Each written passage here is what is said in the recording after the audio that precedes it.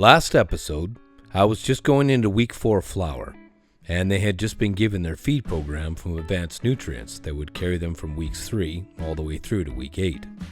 They have responded with an explosion of resin production from trichome development in both tents, as well as some beautiful colors beginning to become more prominent in both strains.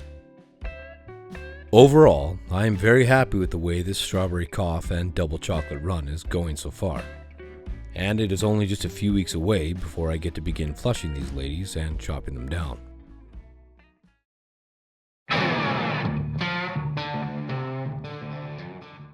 In week 7, there's really not much maintenance to do other than removing some of the dead leaves below the canopy and ensuring the conditions of the environment are still being met. In the last episode, I introduced a product called Big Buds from Advanced Nutrients. With it, the plants between weeks 3 and 8 are able to uptake a higher level of phosphorus and potassium.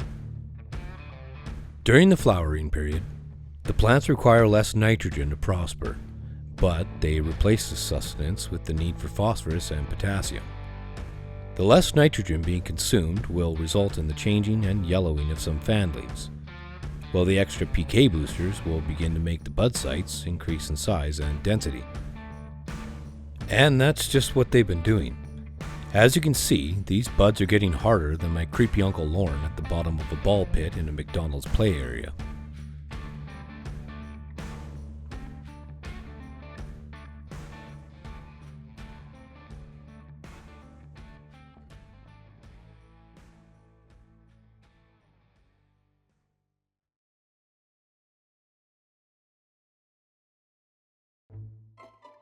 The environment in the tents is at about 45% humidity, and the temperature is set to about 25 degrees Celsius, which is about 77 degrees Fahrenheit. As always, my lights of choice for this run are from Spider-Farmwe, and this time around, I'm using the G8600 and the SC7000, and they are both right now set to 450 watts from the wall. The bud structure of both these strains are stacking up very nicely on their stems and are all looking like they are producing more and more frostiness as the weeks roll by. With the environment dialed in for where I need it to be at this point, it's really just a waiting game. And the whole grow, for the most part, is just kind of in an autopilot mode.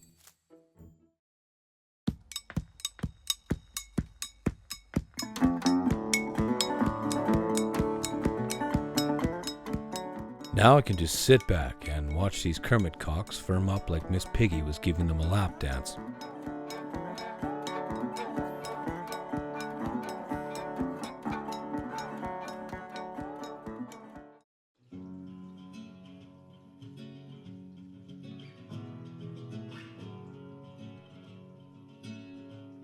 I was waiting in the undertow, set adrift with featherweight like bows, unaware where my heart would flow. I was waiting in the undertow. Can't touch the In week 9, the flowers in both tents are putting off some pretty intense aromas, and with the weight they're putting on, I'm sure glad I installed my trellis nets to help assist with the added support they are definitely needing.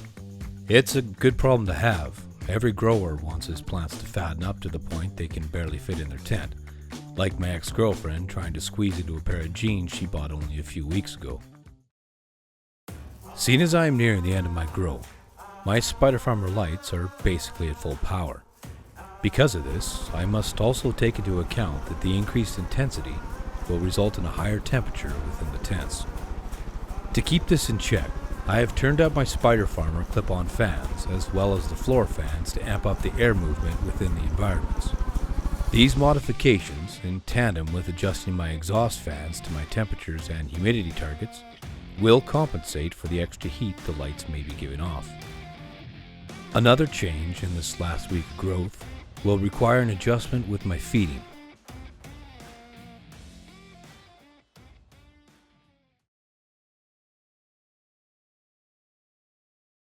The PK booster from Advanced Nutrients I introduced last episode called Big Bud will be replaced with another product called Overdrive.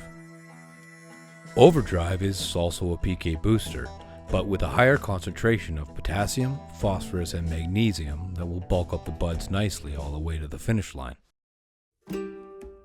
I couldn't be happier with the results and overall plant health I've been receiving this run, and Advanced Nutrients is a huge part of that. This will be the final week of nutrients before I begin the flushing process, and I'm hoping they drink enough that I can fit in at least 2 more applications of this Overdrive first. As per usual, the first nutes added to my water will be my base nutrients of Micro, Grow, and Bloom. This will be followed by the PK Booster Overdrive, and some bud candy to help amplify the aromatic notes. And finally, some B52 for its vitamin B complex to help strengthen everything from the roots up.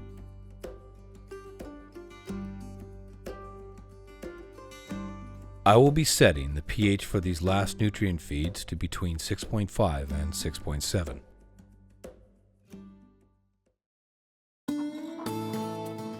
From here on out, I will be watering when the plants are showing me signs that they need it. With the harvest right around the corner, hopefully my timing of these feeds will fade these plants perfectly before I can begin the flushing process.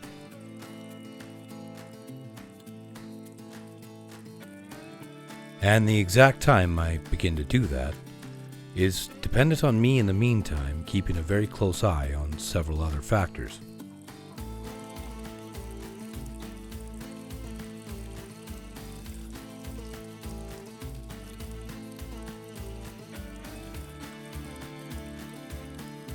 One of the things I've been observing is that I may have several different phenotypes of each strain in the tents.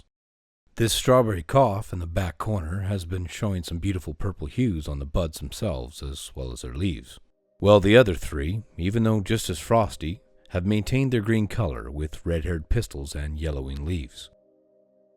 But overall, the strawberry cough in my 4x4 spider-farmwe tent and the double chocolate in my 5x5, they're maturing at the same rate as each other, and everything seems right on schedule to be able to pull off the harvest at the exact same time.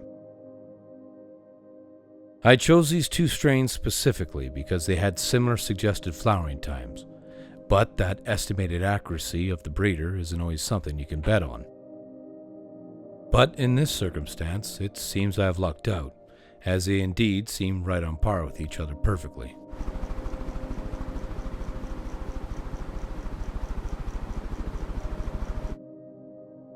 The strawberry cough has developed some very nice chonky golf-sized buds, while the double chocolates have formed taller but super dense nuggets that look like they're going to bust up nicely in my grinder.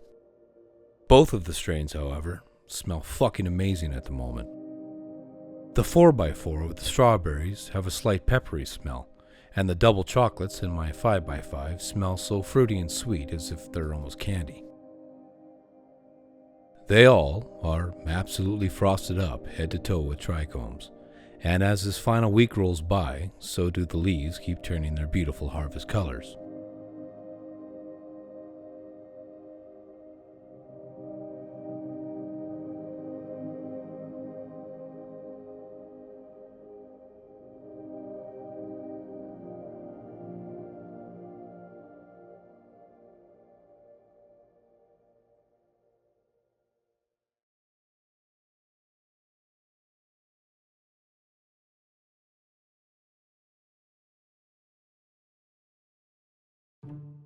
Week 9 is finally complete, and the plants have finished uptaking the last of the nutrients for this run. One of the driving factors for any cannabis grower when deciding if it's time to start flushing is keeping a close eye on the trichomes as they mature daily.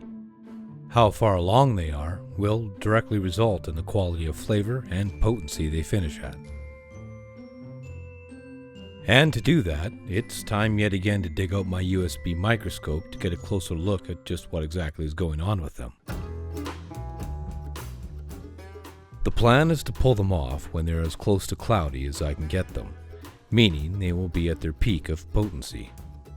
So in that case, because the trichomes are currently showing me that they are about 70% cloudy, after the week of flushing that's yet to take place, they should be right about where I'm shooting for by the time it's complete.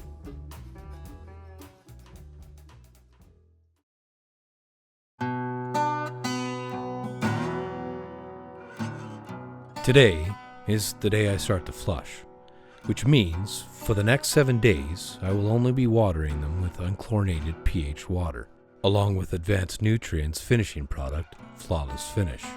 Since the plants started getting nutrients, they have been uptaking necessary heavy metals and nitrates and sulfates. These all promote growth but are not ideal to still have a presence in the final product. Flawless Finish contains certain chelates and magnesium sulfates that bind with these heavy metals and draw them out and remove them from the plants, leaving a cleaner, more pure finished product. They will be watered as normal and on a normal schedule as usual, but I've upped the amount to about an extra liter per pot to help push things along.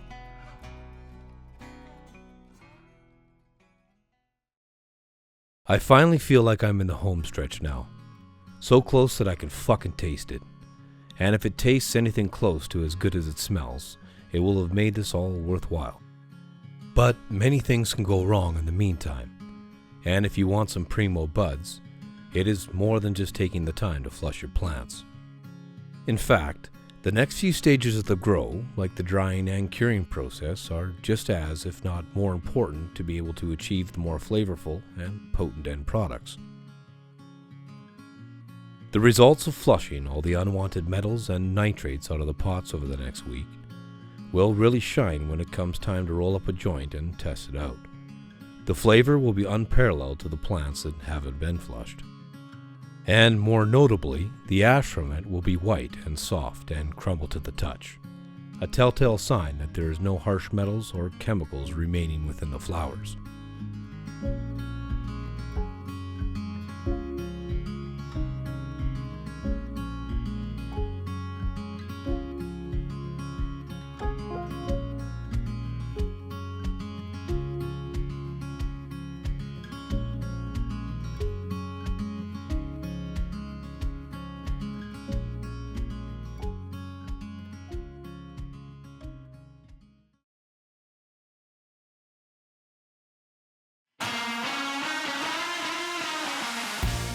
After a week of flushing with Flawless Flush, I will give the plants one more in-depth hands-on, just to see if I think they are far enough along to move to the next stage.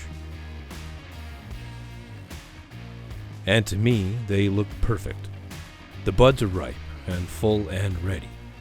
But before I make that call not to carry on with a few more days of flush, I will once again be more closely inspecting the trichomes to check and see where they're at.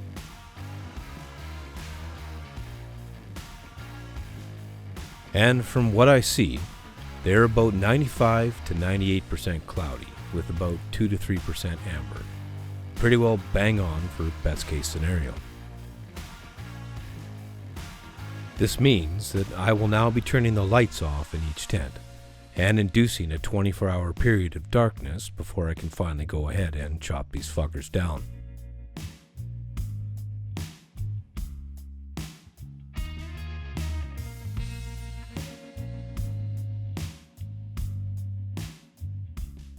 The next time I will be opening this tent, I'll be ready to process them further and be setting up my drying environment.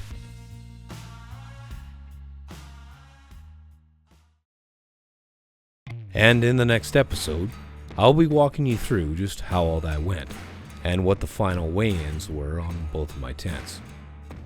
The good news is the footage has already been shot and rendered and is currently in the editing room, so it won't be long for the final conclusion of this Grow series to be available for all of you to see. The only reason this episode took so goddamn long to come out is because I went on vacation to Aruba, where it was 88 degrees Fahrenheit. Because where I live in Canada, it's minus 40. Fucking minus 40. So can you really blame me? But not a single thing was missed being shot, and no footage has been lost. I still have a ton of good shit to show you, so don't worry. I did feel guilty leaving you all hanging there since last episode. But, on the other hand, I'm human. And sometimes I need to step away from the cameras and editing just to remind myself of that once in a while. This next episode will be the final one in this double chocolate and strawberry cough grow series. And it's going to be a great one, rightfully so. So until then, I want to once again thank all of you who continue to follow my grows and watch them from start to finish. I really appreciate all the loyalty and support I receive from you guys. I will be busting my ass getting this next episode ready for you all to finally see. But in the meantime, if you haven't already, please hit that like and subscribe button like a fucking bong rip. And I would love to hear from you all in the comment section. And as always, stay safe and keep those lungs full.